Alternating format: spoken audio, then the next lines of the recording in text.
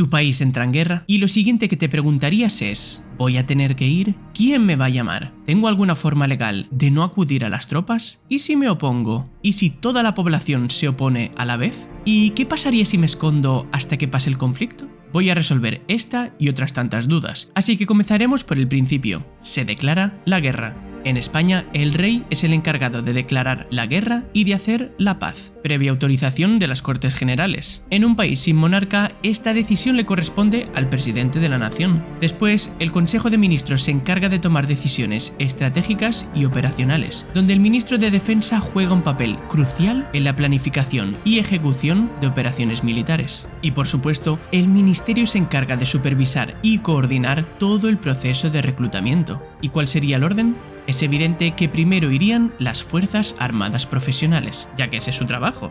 La gran mayoría de países tiene un ejército profesional, compuesto por voluntarios que han elegido la carrera militar. Inicialmente, estos soldados y oficiales serían los primeros en ser desplegados. ¿Y si un país no tiene ejército profesional? En la actualidad, estos son los 21 países independientes que no cuentan con ningún tipo de fuerzas armadas. Muchas de estas naciones suelen tener un acuerdo de larga duración con una antigua potencia colonial o protectora, como por ejemplo el acuerdo entre Mónaco y Francia, que existe desde hace al menos 300 años. O de otro modo, países como Micronesia, las Islas Marshall y Palaos dependen de Estados Unidos para su defensa. El Vaticano, por ejemplo, no tiene tratado de defensa con Italia, ya que violaría la neutralidad vaticana, pero evidentemente las Fuerzas Armadas italianas los protegerían. Volviendo con el proceso de reclutamiento, si las Fuerzas Armadas profesionales no fuesen suficientes, habría que pasar al siguiente escalón, aunque quizás no haga falta, si se trata de una guerra pequeña. Por poner un solo ejemplo, gran parte de la audiencia conocerá bien la Guerra de las Malvinas en 1982, un conflicto que apenas duró poco más de 2 meses, y en el que tan solo participaron el Ejército de Tierra, la Marina y la Fuerza Aérea, nadie más. Pero supongamos que el conflicto necesita a más personas. En la mayoría de países, los siguientes en ser llamados serían los reservistas. ¿Y qué significa exactamente reservista?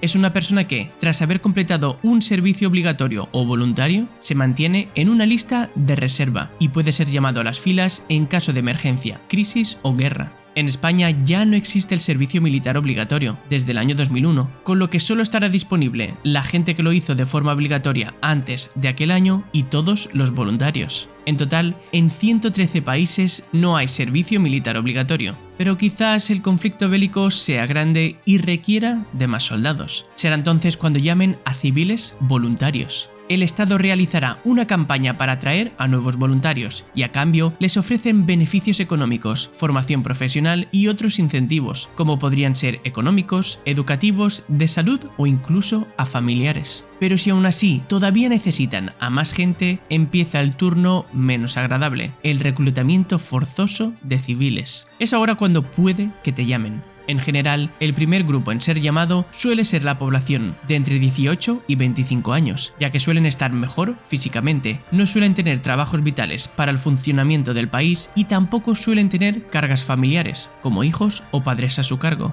Este grupo sería notificado mediante los canales de comunicación típicos del Estado: cartas, correos electrónicos, mensajes de texto y llamadas telefónicas. Y después de pasar una evaluación médica, si todo está correcto, se le asignará un rol y recibirá un entrenamiento militar básico. Si se necesitase aún más soldados, el rango de edad seguiría ampliándose, en algunos casos extremos llegando hasta los 50 y pico. Y es ahora cuando entra de lleno la picaresca española. ¿Cómo me puedo librar? Existen formas legales de no acudir a la guerra, siendo el más común por motivos médicos. Y aquí el abanico es muy extenso, desde tu capacidad cardiovascular y pulmonar hasta tu estado musculoesquelético, pasando por la salud mental o incluso condiciones crónicas, como por ejemplo diabetes, epilepsia u otros. Pero, ¿y si estoy sano? En algunos casos se puede objetar motivos familiares o económicos. Si estás a cargo de un familiar enfermo o discapacitado, o por ejemplo eres un padre o madre soltero, es posible que puedas evitar ir a las filas después de una evaluación personalizada. También sería el caso si toda tu familia depende de un único salario, el tuyo, o si tu puesto de trabajo es crucial para el funcionamiento de un negocio o de una empresa. Y existe una opción más para no ir a la guerra, la objeción de conciencia, que es el derecho de una persona a negarse por razones éticas, religiosas o morales. Tendrás que hacer papeleo y después ser evaluado, y si consigues que te lo aprueben, entonces te ofrecerán realizar un servicio alternativo no militar, que puede incluir trabajos comunitarios, educativos, ambientales, en hospitales o en organizaciones humanitarias, por ejemplo.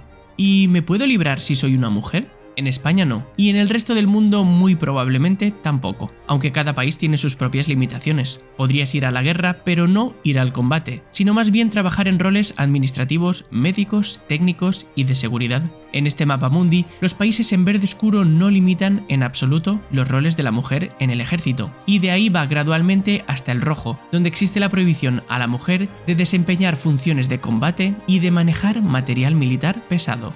¿Y me puedo librar si soy homosexual? De nuevo, en España no, pero esta vez en el resto del mundo gran parte de los países prohíben a los homosexuales unirse al ejército. La gran mayoría de Europa y Sudamérica sí los admiten, pero no ocurre así en casi todo el resto del mundo, aunque es algo que va cambiando poco a poco. Por ejemplo, hace apenas un año, el Tribunal Supremo de Venezuela despenalizó la homosexualidad dentro de la Fuerza Armada, aunque los pioneros en esto fueron los griegos, que en el año 378 a.C.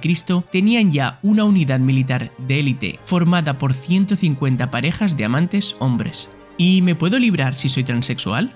Esta vez, muy pocos países permiten a transexuales entre sus filas, entre los que se encuentran España, Chile, Bolivia y Cuba. Holanda fue el primer país en permitirlos en el año 1974, y hasta la fecha, tan solo 22 países permiten que ingresen en sus filas sin restricciones. Y después de ver todo esto, tú ahora quizás te preguntes, ¿y si nos negamos todos a la vez? Esto sería algo extremadamente raro de que sucediese, porque los gobiernos podrían responder con medidas severas, incluyendo multas, encarcelamiento u otras formas de coerción aún más graves. Sería extraño que todo el mundo siguiese negándose cuando la presión del gobierno aumenta, pero si se diese el caso, el Estado podría entonces buscar a mercenarios fuera de sus fronteras, o negociar apoyos con otras naciones, o incluso contratar los servicios de las empresas militares privadas, como ha hecho Rusia en la guerra de Ucrania con el grupo Wagner.